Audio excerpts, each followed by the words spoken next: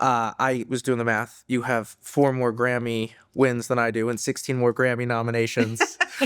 But there's a line that I really liked from, I think it was your memoir, where you said, I was a writer, it would save me. Tell me about that. I always loved language from the time I was a toddler. Like I would see a sign and ask my mother what it said. Words really fascinated me, and the rhythms of language um, were deeply important to me. And to understand what words meant and how to construct sentences, all of those things, I think that was just hardwired into me. I was interested from day one.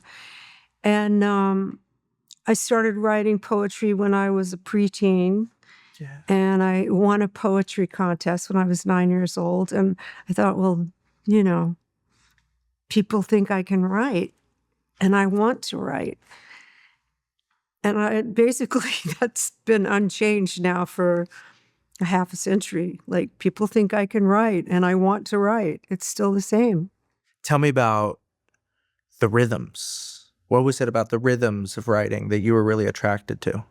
I mean, you can tell Laura Ingalls Wilder's rhythm apart from James Joyce's rhythm. Sure, of course. Right. If you're reading people's melodies, their internal sense of cadence and melody and rhyme through language.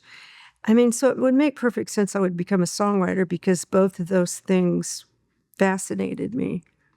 Well, that's what I noticed. The biggest surprise prepping for this was how rhythmic the memoir is.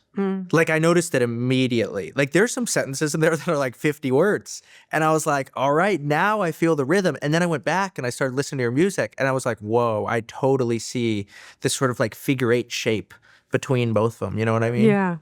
Well, I wrote my memoir with that very thing in mind, that I didn't want to write it as a chronology or as a journalist. I wanted to write it as a songwriter, which is really the way I write. And you said figure 8, those ideas of repeating rhythms, verse, chorus, in prose, that really interests me. It really is meaningful to me to write that way. I mean, even now when I write essays, prose essays, and I still do that a lot,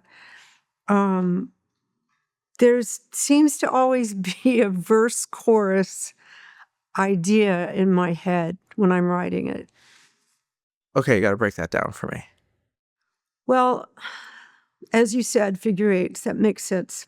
Repeating rhythms, like returning to themes, words that resonate from one paragraph to the next that come back at the end to tie it up in a bow. I mean, I'm not the first writer who does that, but, those things make rhythmic sense to me. And I love finding a new writer whose rhythm I hadn't known before, and I can hear the cadence of his or her speech in their writing. Yes. Well, I like what you're saying about rhythms that I haven't heard before, because it's like a different energy type thing that you sometimes get on the page. So how is that circularity different in prose versus songwriting? Well, obviously there's no rhyme scheme in prose. So the structure of that house is different. I mean, in my own mind, I lay it out the same way. Like in the beginning of writing a song, I can foresee what the structure is going to be. Whether it's going to be like a narrative ballad with no choruses, that the story ends up winding in on itself, or whether it's a traditional Beatles verse, chorus, bridge, back to that. In prose, that can get clunky if you're that tied to that kind of structure. It's a little harder to lay it out in advance if it's prose, although, like, I'm writing a short piece right now, and I can't find some of the rhythm of it. So I keep walking away, coming back the next day, walking away and coming back the next day. And it's starting to reveal itself. It's the same with songwriting. It's like, you open the door, you have no idea what this room is going to look like. You start exploring the crannies and find out what it is. I mean, it's that way with painting. I think it's that way with every creative enterprise. It's that burst of inspiration, then you get into it, and then you hit a wall, and you don't know where it goes or what it is. And you keep working, slogging through the mud, through the self-criticism, through the editing, and then something opens up again. You see how to finish it. How long does it take you to write a song? Oh God, it depends on the song. Some songs are, like pulling teeth, and some come fairly easily with an edit. Mm-hmm. There's always an editing process at the end. I've never written a song. I want to write a song. But when you're editing, what are you going for? Like, I feel like with prose, sometimes what I'm going for is, I don't want to repeat myself. I kind of want it to be streamlined, right? I want people to be able to understand it clearly, and I want to make sure that there's sort of the economy of language is really good. But my bet is songwriting is a completely different art. Sometimes you don't want people to understand clearly. Sometimes I put the ambiguity back in. Yeah, a feather's not a bird, the rain is not the sea. I have no idea what that means. But what's cool about that is those lyrics to me are they're intriguing to me because I feel drawn to them, but I don't know what you're saying. Mean. Exactly, right? Exactly. But that opens the door to your interpretation. You wouldn't want me to explain that to you, right? I don't know. I've been thinking a lot about that question over the past few days. There's a mystery at the center of songwriting, and I don't want to kill that in service of clarity. At the same time, there has to be a clarity of language that, like you said, it draws you in, even though you don't really know what it means. But there's a clarity of intent behind the ambiguity, if that's not too wordy. Yeah, but then how do you know that you found that? Like, are you just in a room and you're like, I guess you trust your own intuition? Do you get feedback on songs? I used to not want or seek feedback at all, particularly when a song was in process. Never. But now I co-write a lot with John Leventhal, my spouse and my partner, and he writes music and I write lyrics, and he will give unsolicited feedback sometimes as we're working on a song. And, and then there could be an argument about it. And then I go, yeah, okay, you're right. That line is a little weak, or that word isn't quite right. So I'm more open to that kind of collaboration and feedback. But you asked about the process of that, about whether it's intuitive or whether I think it's both. It's part the discipline of being a songwriter for a long time, and it's part intuitive. And also, I have red flags in myself. Like if I overuse metaphors, particularly nature metaphors, if I overuse them, I start going, ooh, that's kind of icky. I shouldn't do that. Or if I use a word or an adjective that I tend to overuse, or that is too literal or too specific or too expected, then I kind of feel uneasy. I don't know. I guess part of it is like following my uneasiness and those little bursts of like, yeah, that's right. That works. That's exciting. That's new. You ever feel like you're writing and you surprise yourself and you're like, Sure. whoa, okay, let's go follow that. Yes, all the time. Really? Yeah. I mean, I was watching this documentary on Paul Simon last night, and he was talking about that process too of waking up in the night and getting lyrics and not knowing what they meant or where they were going. And, the next night getting more lyrics, I went, wow, that's really lucky. I don't, usually 2 nights in a row never happens. But yeah, surprising myself, that's the most fun. It's kind of crazy, right? Like you can literally be writing and you can find things within yourself that you didn't know that you knew. Well, often I find that I'm writing about something I don't understand about myself That you're or my processing? life, right? That my past life or my future life, like I used to say that they're like postcards from the future sometimes, that I can organize my own feelings and thoughts and experiences by writing about them. I mean, in a way, it's like the writer's laziness. Like, you don't figure it out, you write about it, and then you go, oh, that's what that is. And then sometimes it's completely outside myself. Like, I wrote a song with Elvis Costello and Chris Christopherson called The Eight Gods of Harlem. And the way that song started is that I was going down into the subway to get on the A train, which goes to Harlem. Yeah. And this woman, this Hispanic woman, was coming up the stairs very slowly, and she was talking to herself. And I thought she said, Ocho Dios, 8 gods. And I don't speak Spanish, so it probably wasn't Ocho Dios. But I thought, 8 gods. 8 gods? And the train's going to Harlem. It's coming from Harlem. And I kept thinking, 8 gods of Harlem. And that line just kept going over and over. And I thought, well, what does that mean? And then I read about another shooting, a child killed by gunshot.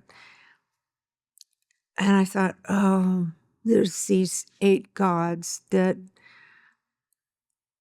maybe look over these events that people reach out to. I don't know. It's kind of mixing up Hindu, Buddhist, gun violence, a snippet of an overheard sentence. How do you make that a song? Well, we made it one. How much do you think that your intuition for all this was honed through the time that you spent deconstructing? Because what I'm interested in here is you have like the left brain, the analytical mind, but then we're talking about this sort of right-brained intuition. But looking at how you've developed your craft, so much of it has been the very deliberate practice from people like Bob Dylan and all these sorts of people actually deconstructing what's going on. And then that leads to what you're saying here. Well, I think that's part of discipline and part of educating yourself in the tradition you're writing in. I did deconstruct Dylan songs as a young songwriter. I did deconstruct Guy Clark songs, story songs, narrative ballads, Appalachian ballads, rock songs, Beatles songs, Elton John, Joni Mitchell. Like, why do these songs work? And how particular are they to that person's life experience and voice? And hearing Joni Mitchell for the first time as a young teenager, I realized, oh, a woman could be a songwriter. Yeah. And also that her inner life was valuable and lent itself to poetry and was worthwhile to put out in the public sphere. I mean, that was a huge revelation to me. Like, I for some reason, I always thought before then, or I had intuitive from the world around me, that a woman should keep her feelings and her life experience to herself, that it wasn't as important as a man's experience, and that men were the poets and songwriters. Joni Mitchell is a revelation. Oh, this is an opening door. So, yeah, I deconstructed those songs, and I deconstructed the people in back of the songs, too. Ooh. How I can't say deconstructed, but I was fascinated about who they were and how they got there. And the discipline and the work it required to get there. So when you say deconstructed a song, what does that mean? Well, I mean, when I was in my 20s, I would actually write down Dylan's lyrics and look at them and go, how did he get from that to that? And why does that work? And how far he stepped out of the expected here and then came back and brought it around. You know? Yeah. Like Positively 4th Street or Subterranean Homesick Blues. Like, why does that make sense? What did you get from Dylan with the drawings and the song lyrics? His drawings? Yeah, because you deconstructed those too. I don't know. I mean, I think Dylan is like, he just is art. You know? He's just... What a dope compliment. Yeah. I mean, I know that he is widely read and that he takes his work very seriously, but I also think he has an open channel that not everybody has. Okay, tell me about open channels. Do you feel like you have like certain frequencies of open channels? Do you feel like it opens up like on certain days, certain weeks, certain hours? Like, how do you think that process works? Well, we all do have those kind of places of connection and openness to some creative realm that is undefinable, that is mysterious, that is part of our spark of humanity.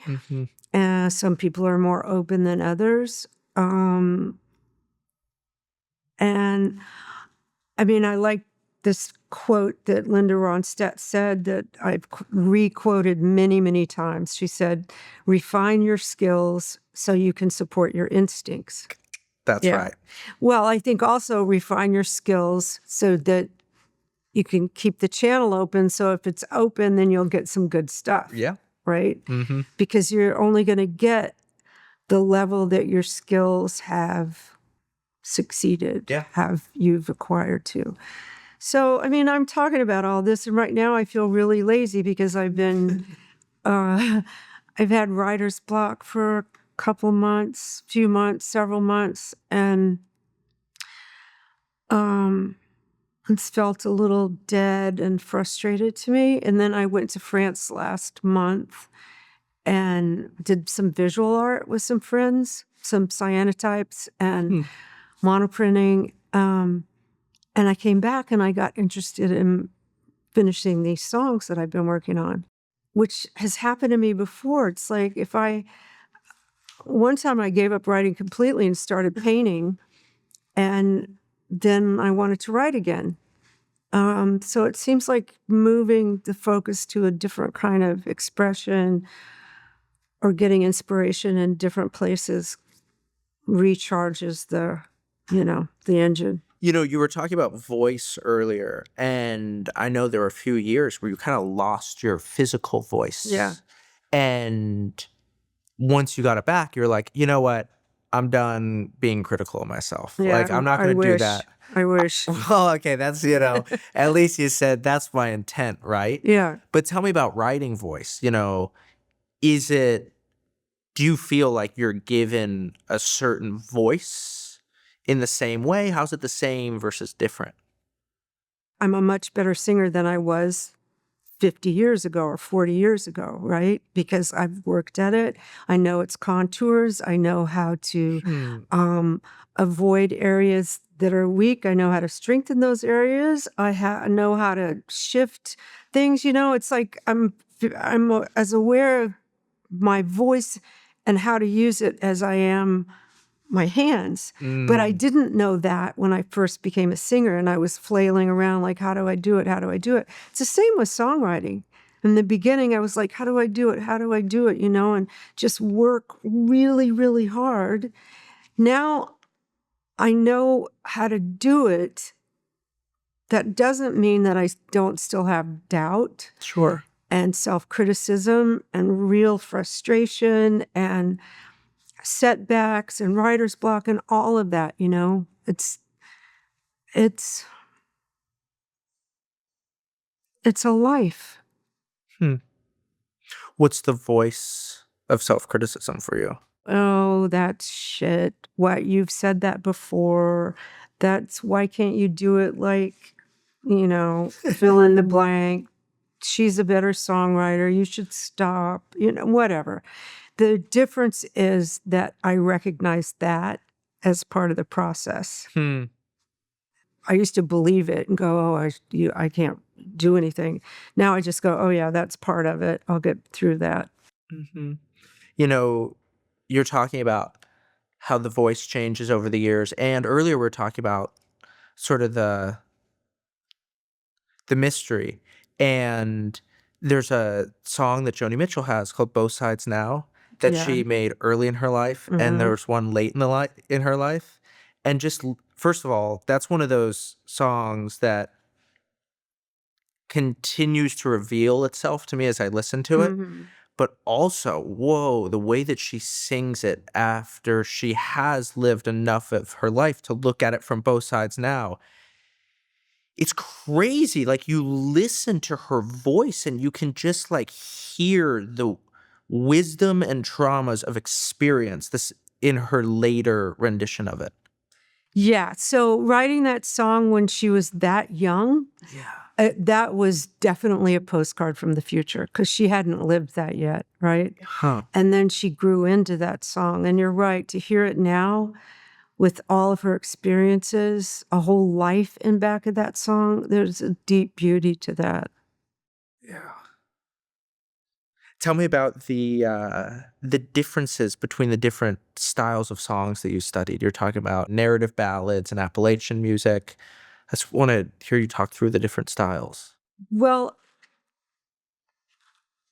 I have love for all of it. In the same way I don't just read one kind of book. I listen to all kinds of music, and I appreciate the traditions and inside rules of each tradition. Like Appalachian ballads, I love those things that are connected to the deep, deep past, to Celtic music, and the story songs and the ballads and the way people pass down information from generation to generation through these songs. So that they're the oral history songs, and then also the songs about real dark songs about death and loss and travel when you knew you'd never see your family again. The blues, the things that came out of the Delta, and that suffering, and the documenting the darkness and the violence and the beauty and the hope of that, and just how just sexy, greasy, all of it. I love all of it. And then Elton, everything from the Carter family to Elton. It all interests me, and the disciplines of each one are fascinating to me. Part of this American library. No, we're just talking about the American songs. I mean, we could go to other countries too, but not as well versed. Well, it was interesting to hear you talk through that, because suffering was like the core thing at the middle of the thing.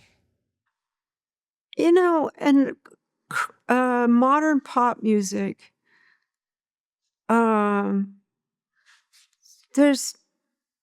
it still talks about breakups and loss, but not with the purity and depth of those other songs, those songs that the pop tradition came from, really. A lot of it that's really driven by a track and a beat rather than lyrically centered. A lot of that, the lyrics are kind of just an adjunct to a beat. Yeah.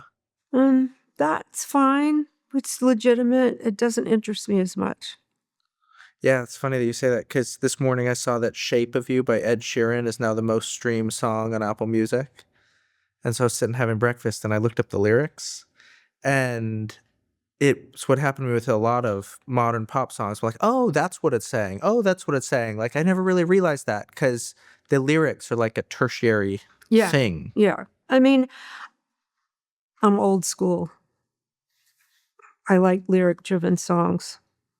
That doesn't mean they have to be complex. You listen to something like Annie Lennox's "Why," right? I mean, a lot of it is just longing, just pure longing, just why, and it's just beautiful, fantastic record, kind of a perfect combination of the distillation of what the song's about lyrically and her voice and the track. And I mean, it's one of those perfect records to me. Well, one of the core themes throughout your life has been truth. And there's two stories that come to mind. The first was when you were a kid and then the journalists came to your house and you're like, why is everyone putting on these like fake faces? Like, what's this? Yeah, What's yeah. going on with this veneer? I don't like that. And then the second one was there was that song early in your career where someone told you, hey, sing this. And you're like, no, I don't want to sing that. And I could sort of see as I read the memoir of like, no, I'm really going to lean into what's true and not try to put on this fake show for other people. Yeah, pretense makes me anxious Hmm. in other people and in myself. If I find myself being kind of pretentiously knowing more or acting like I know more than I think I do or whatever doesn't feel quite true to myself. I mean, I have a real anxiety around that. Maybe that is from childhood, kind of looking at fame, my dad's fame, like going, is this real?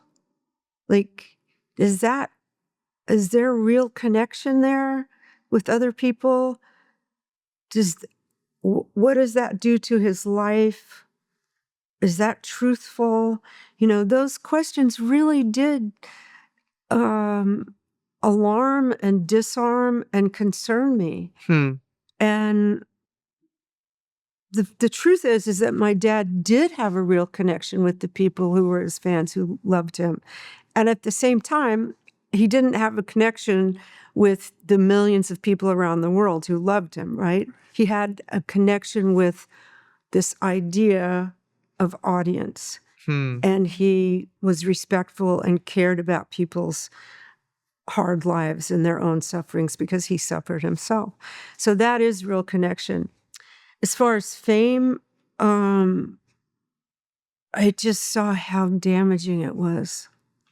So, I mean, it literally killed people.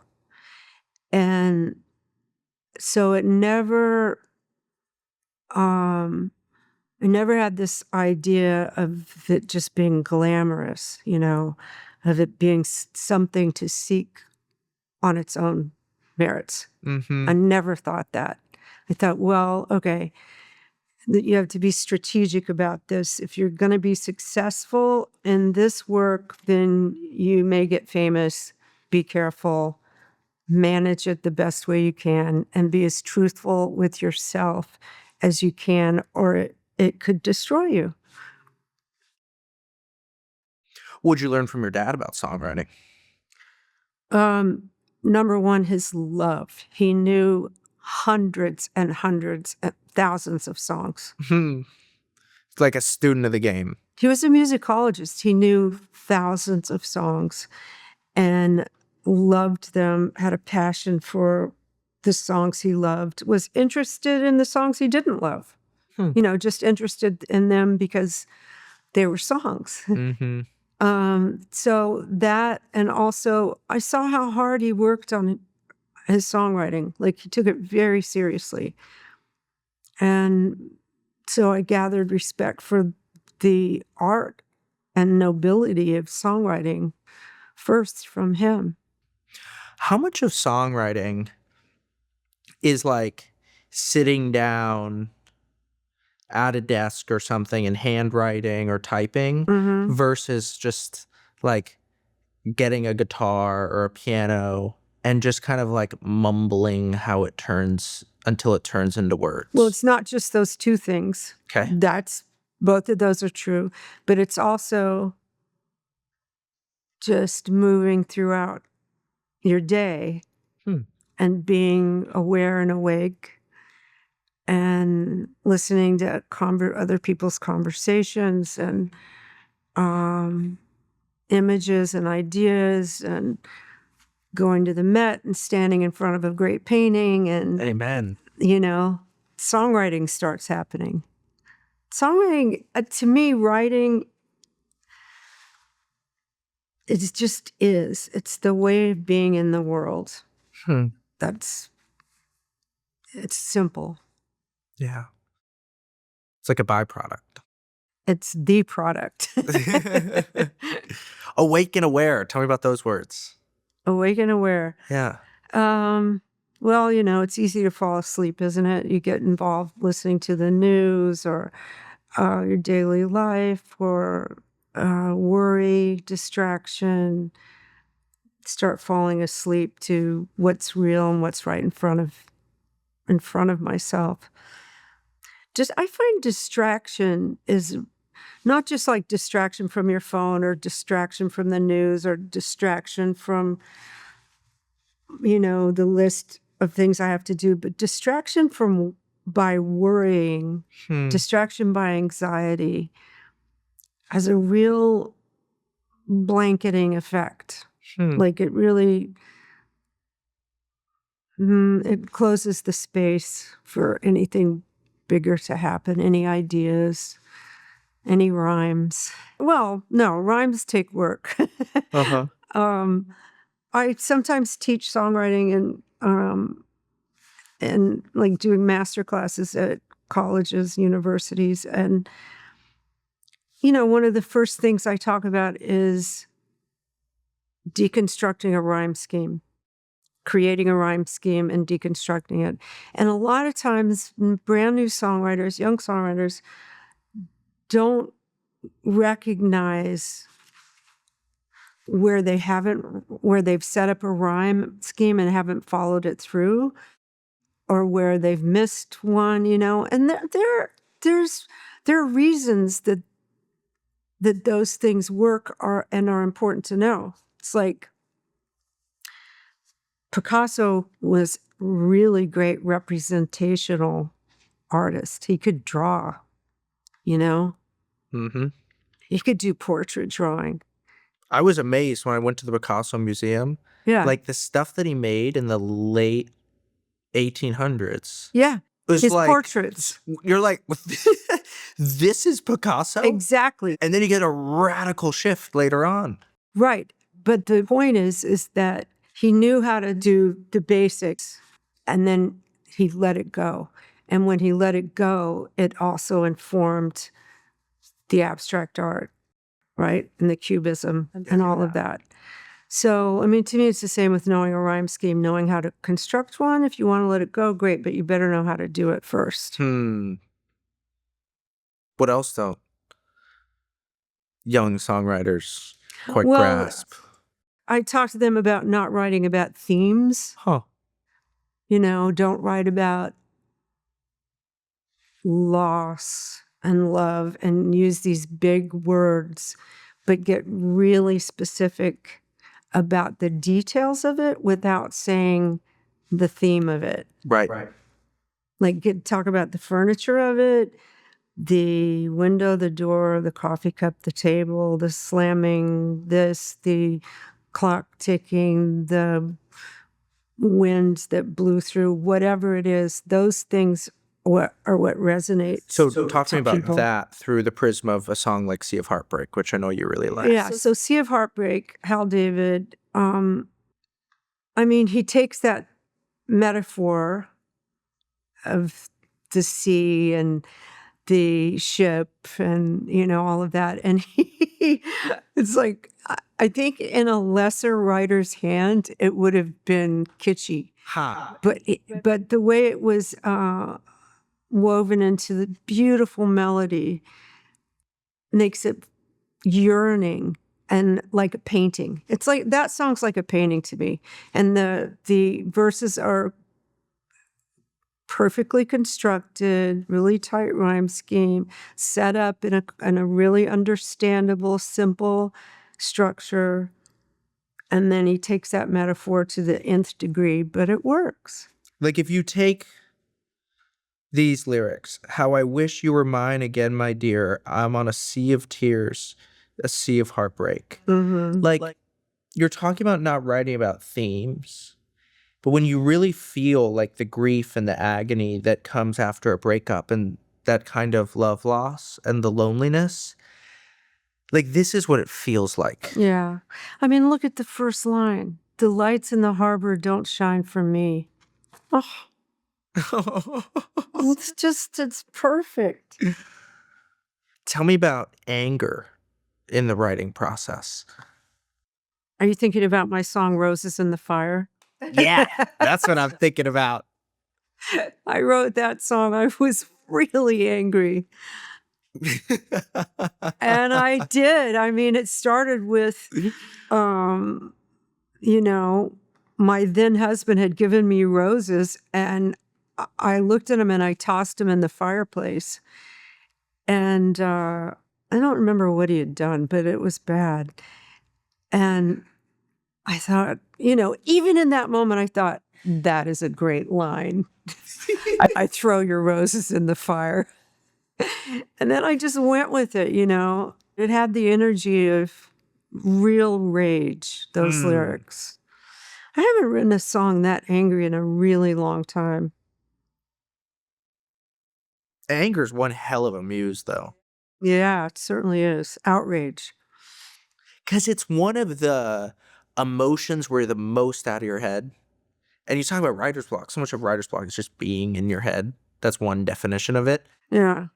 And anger just strips you right out of that. I mean, obviously, you don't want to publish something immediately that you write when you're angry, but it's a generative emotion. Yeah, I think you're right that it's kind of a wind that blows through your house, and it's very clarifying. Anger can be really clarifying. Mm-hmm. Well, we were talking about worry and anxiety, and who was it that said to you, don't stop working, just stop worrying? I mean, I tend to worry. I tend to be anxious. And so if I've had writer's block for a few months, I worry about that. I have to constantly check myself, go, this has happened before,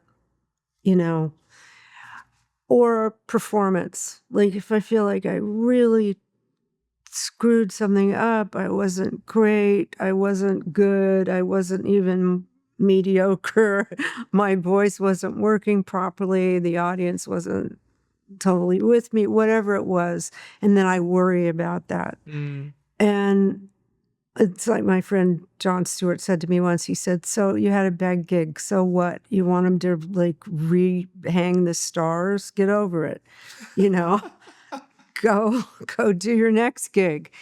So, I mean, it is part of the beauty of live performance is that it's that 2 hours, then it's over forever. Right. Cannot repeat it.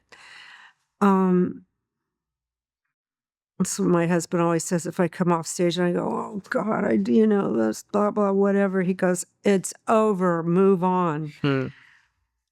Don't stop working, just stop worrying. How do you keep that as a mantra when you're feeling writer's block? Well, like I said, I remind myself this has happened before. I mean, after I had babies, like I had a baby, I wouldn't write for like 2 years. It really freaked me out the first time. And then the second baby, I thought, oh, baby takes up all the creative energy. And then it comes back. How is writing from a place of grief different from anger? Grief is just as clarifying as anger, if not more, in writing. It has been for me anyway. The kind of sharp purity of a feeling like that, of profound loss. Like there's no way out of it. You can talk yourself out of anxiety, you can talk yourself out of worry, you can talk yourself out of, low self-esteem or whatever. You can't talk yourself out of grief. The contours of it are really, it's a prism. It's not one thing. It's not just sad. It's not just being bereft. There's also anger, and there's also a kind of weird exhilaration and like a storm that's moving through you. And it may sound crass to say that there's information in there for art in those very moments, but there is. Mm-hmm. And also, what else are you supposed to do with it if not write and create art? Yeah. I went to this show in Paris many years ago, 20 years ago, an art show at the Grand Palais called Melancholie. And it was 800 years of death and madness and destruction in art, hung chronologically. Whoa. It was unbelievably great. And you could see like what people did with their fear and their devastation and their madness. Like they put it on canvas, all, And then you get to the Victorian era, and it was very stylized and romanticized, The Victorians love that stuff. Yeah, it was really interesting how it changed over time. And I was thinking, yeah, man, we got to put it on paper and on canvas or it can destroy us. And you can feel it in music because you can hear it in both the voice and you can definitely in the voice when it feels like they're singing from a place of real grief. Oh my goodness. I mean, sometimes you feel it more live when it's like really true. They've been there and they're kind of going back to that place as they sing the music. I don't even think that a singer like you're talking about has to mentally go back to the place. I think it just lives in the voice once it's been experienced. Huh. Ray Charles said, you're a better singer at 50 than you are at 20 because your life shows up in your voice. And I think that's absolutely true. What's the influence of the Psalms? Like, I know that you would read that for your dad. And what's the line? Lonely as a sparrow? I'm the sparrow on the roof. Yes, okay. From Psalm 112, I think it is. So talk to me about that. Well, I was reading the Psalms to my dad in the last months of his life. And that's what his vision had failed, and that's what he wanted to hear. And that was really meaningful time and something to do with him. And so after he died, I went back to the Psalms to see what I had read to him. And that line jumped out at me. I'm the sparrow on the roof. So that was the first line of this song I wrote called The World Unseen. And I was in the midst of a lot of grief, I was consumed by grief. And so the next line I wrote, I took that line from the psalm, and then I wrote, I'm the list of everyone I have to lose. Because that's how it felt. Like, I felt there had been a lot of loss in my life up to that point, and there was more to come. And I felt like, well, what is a person? Do you just become a list of everyone you've lost, and that's what you carry with you? Are you just these separate, specific arrangements of grief? Is that what a person is? Because if you haven't lost anyone, you will.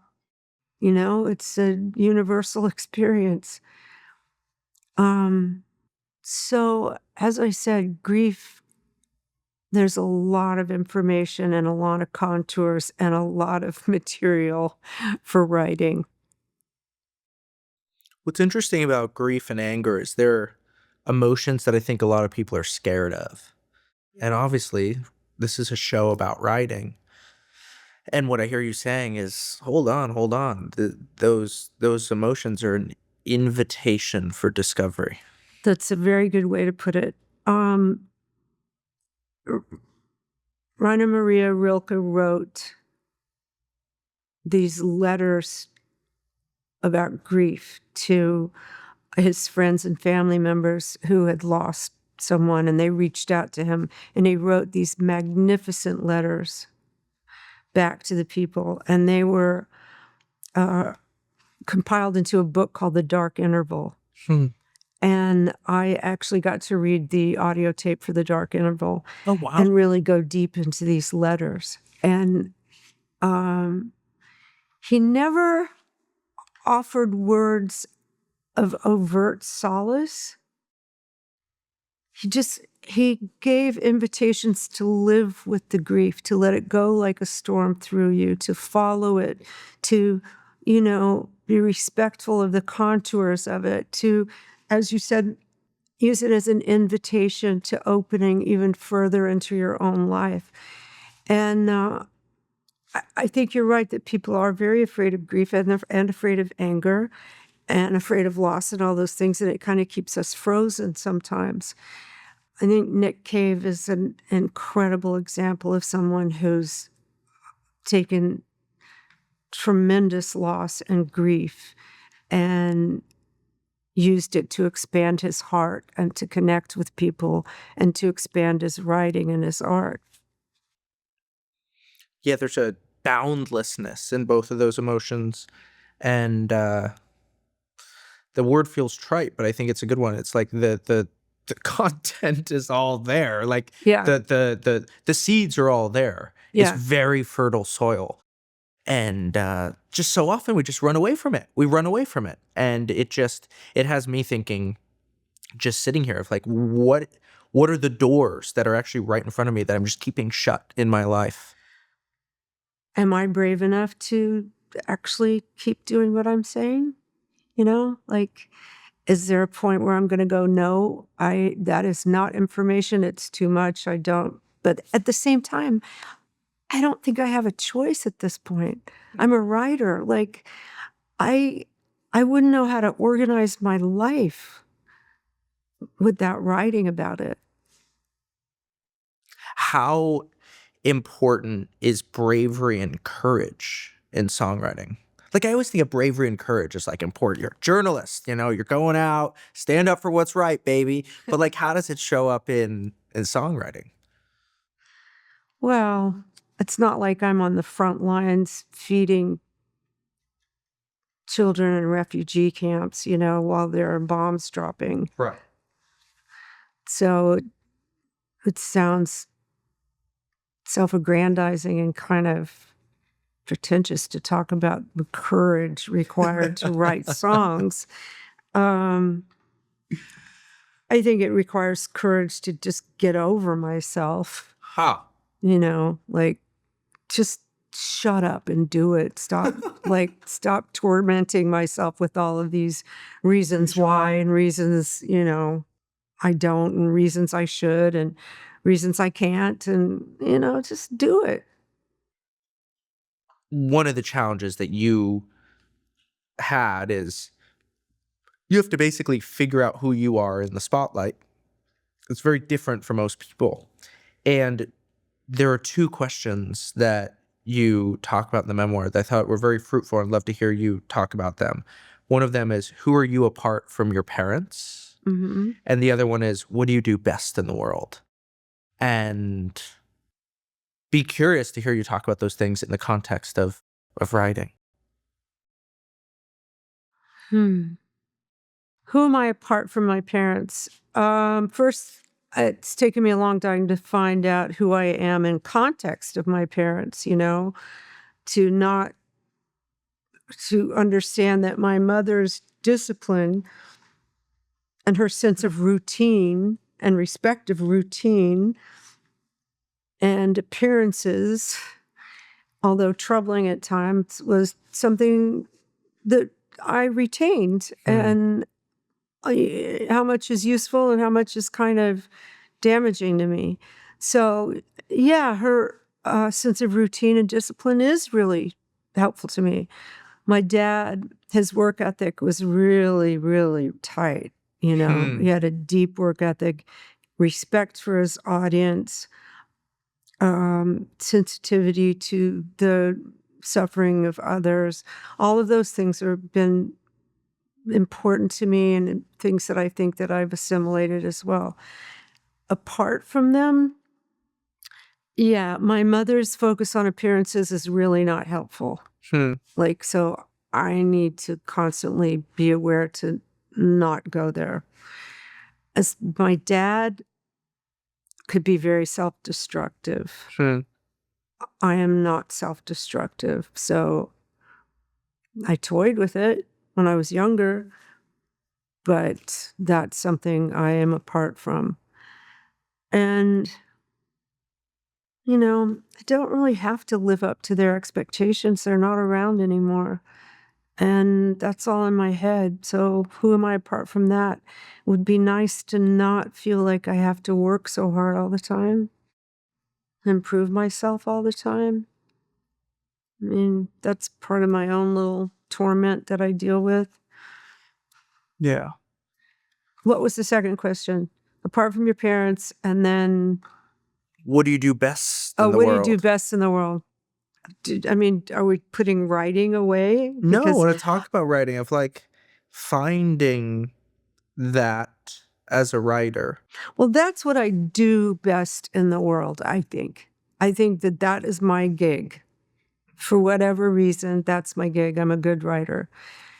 But I'm a good friend, and I'm a good mom, and I'm a good wife. I do those things really well in the world too. And I'm curious. Maybe my curiosity is the things I do best. How do you think about voice and the things that stay stable over the course of a career versus the things that change? Oh. Like, I put on The Wheel.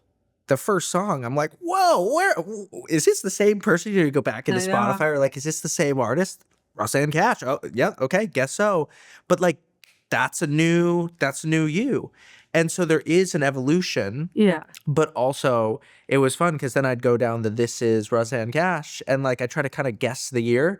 And sometimes I was like, booyah. And sometimes I was like 20 years off. That's so funny. Well, part of that is just a function of aging. Your voice drops as you age. Right. And you lose some top notes, but you might gain a couple on the bottom. Listen to Mavis Staples when she was young, and now it's like she's, it's two octaves difference just about. So part of that is just aging. But, part of it also is a full life lived, either well or not lived well. And part of it is refinement, I think.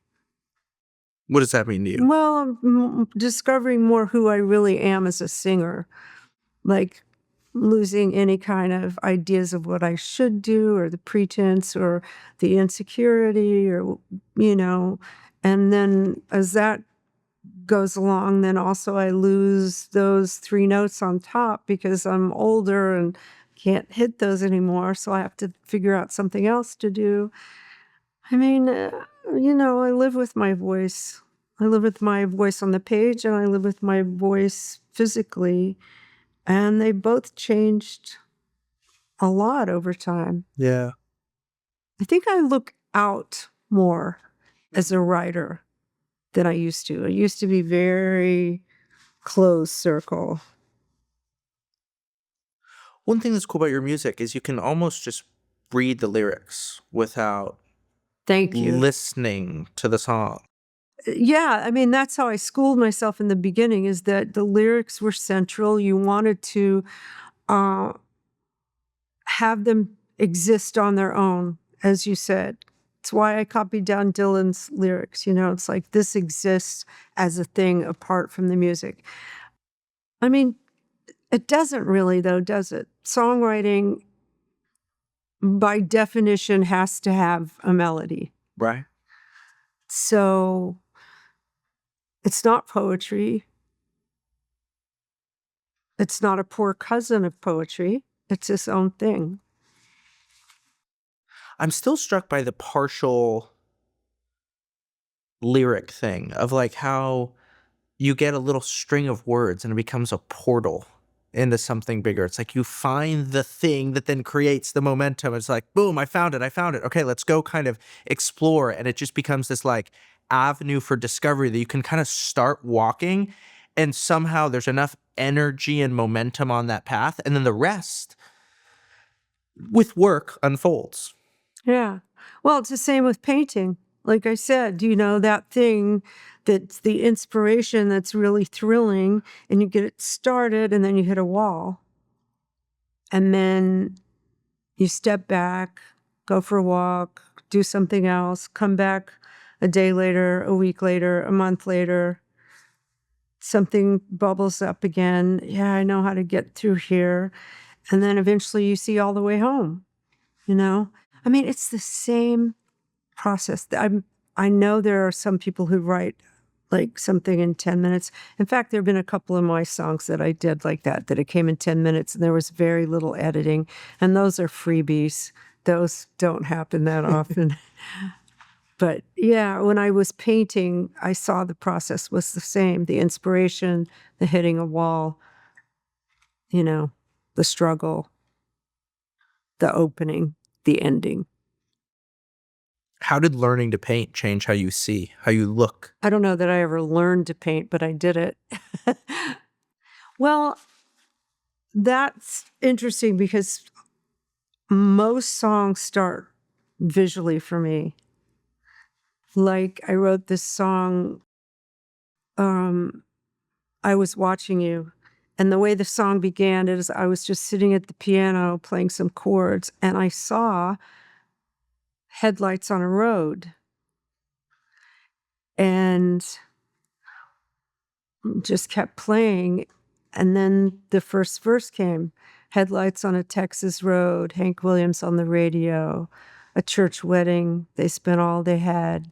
Now the deal is done to become mom and dad. I thought, what is this about?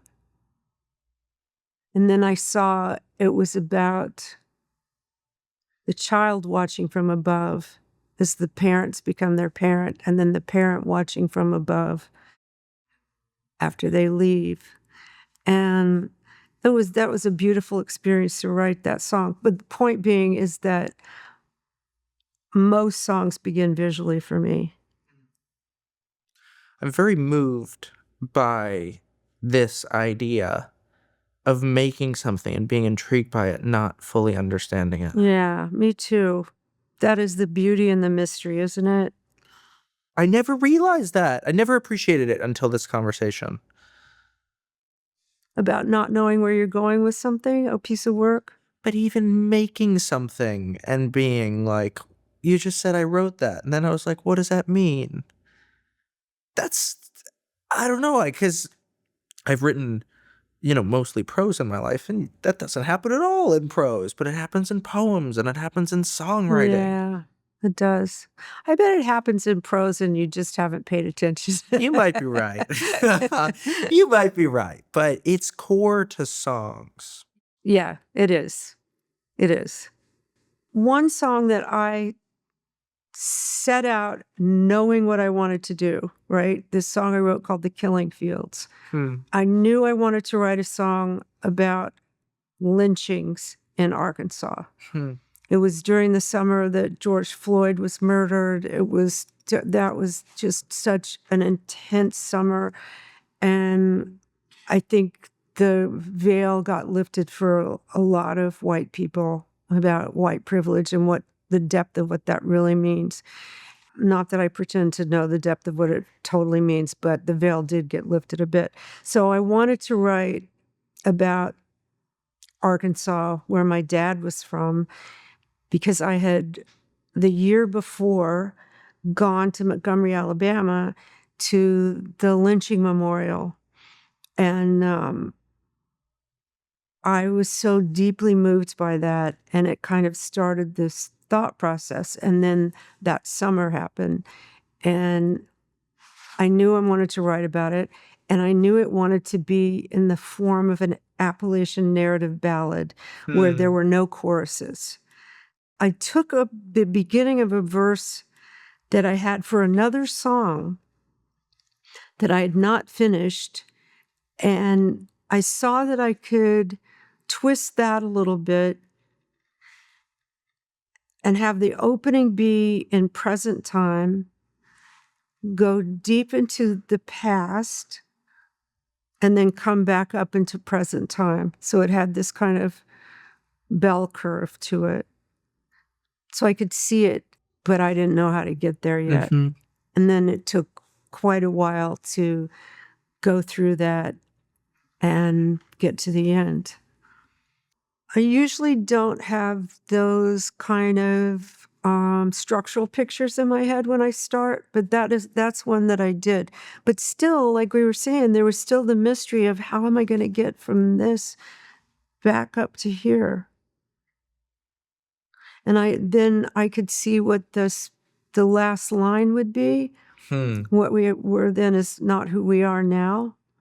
But then how could I explain all that in the middle and kind of parse it out with images? Right.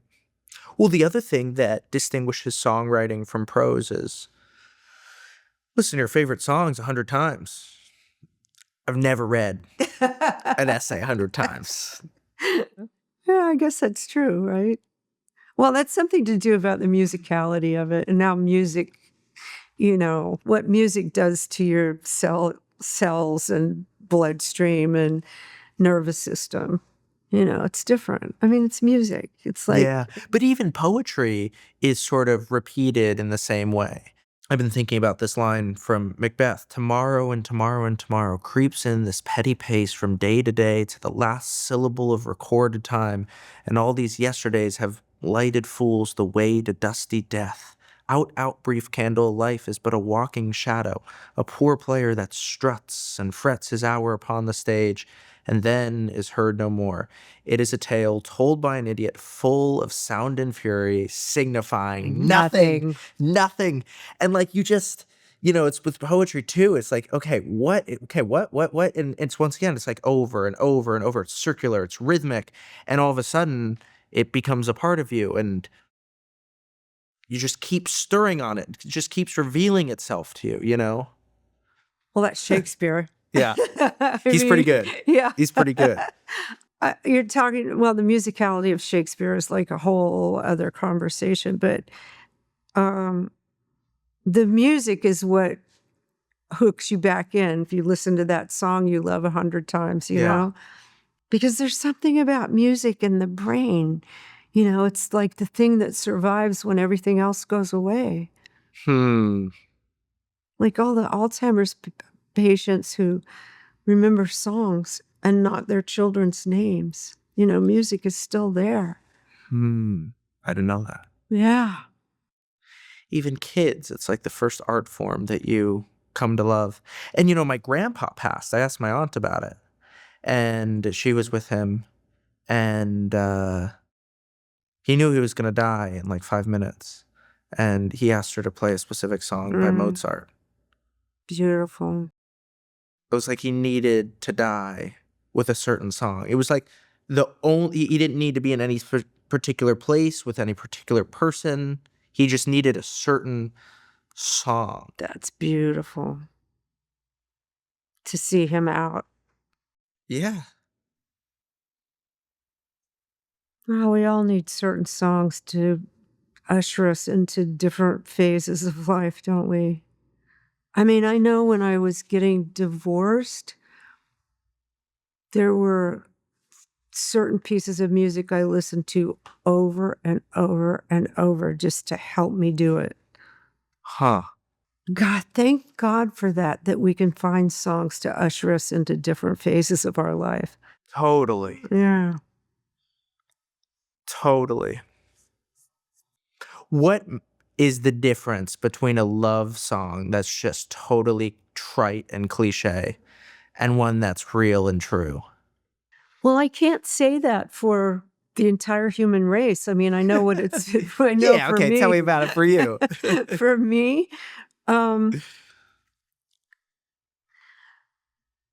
me, if I sense an element of trying too hard, or pretension, or themes, or earnestness that seems really like misplaced or something, then it doesn't move me. But a love song that is multifaceted and not just about one thing, but that encompasses more of a prism of what the love is about, those things really move me. Can't be too sweet. You know, like Nick, speaking of Nick Cave again, Into My Arms, killer love song. Hmm. And it starts out with, I don't believe in an interventional God. That's the first line. You go, what? Interventionist. Excuse me, what? I don't believe in an interventionist God. And then he takes us in this journey, but I know that you do. And, you know, if there is such a God, I just want him to send you into my arms. It's so beautiful. Whoa. So loving. I want to ask you about dreams because you talk a lot about dreams. You had that dream about the dilettante. Yeah. Not being a dilettante, where you come face to face with art. What happened? Well, this was in the 80s. I think I was in the middle of making an album. Yeah. And I had this dream that I went to a party and Linda Ronstadt was sitting on a sofa talking to this man. Now, remember, I told you that Linda Ronstadt, that thing she said, I wrote down and I carried in my wallet, that you have to refine your skills to support your instincts. So I go in my dream, Linda is talking to this man on a sofa, and I knew that his name was Art. This old man. I didn't know why I knew that, but I knew it. So I went and sat next to Linda on the sofa, and I tried to insinuate myself into the conversation. This is in the dream. In the dream. Okay. This is all in the dream. I tried to insinuate myself in the conversation, and he just looked at me coldly and said, "We don't respect dilettantes." And then he went back to the conversation with Linda.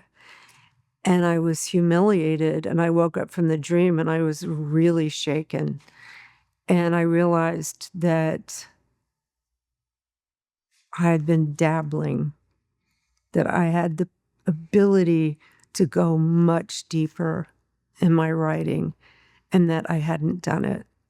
And I made a commitment to myself right then. I wasn't going to be a dilettante. That's a wrap. That's a wrap. That's a good last line, I guess. Yeah.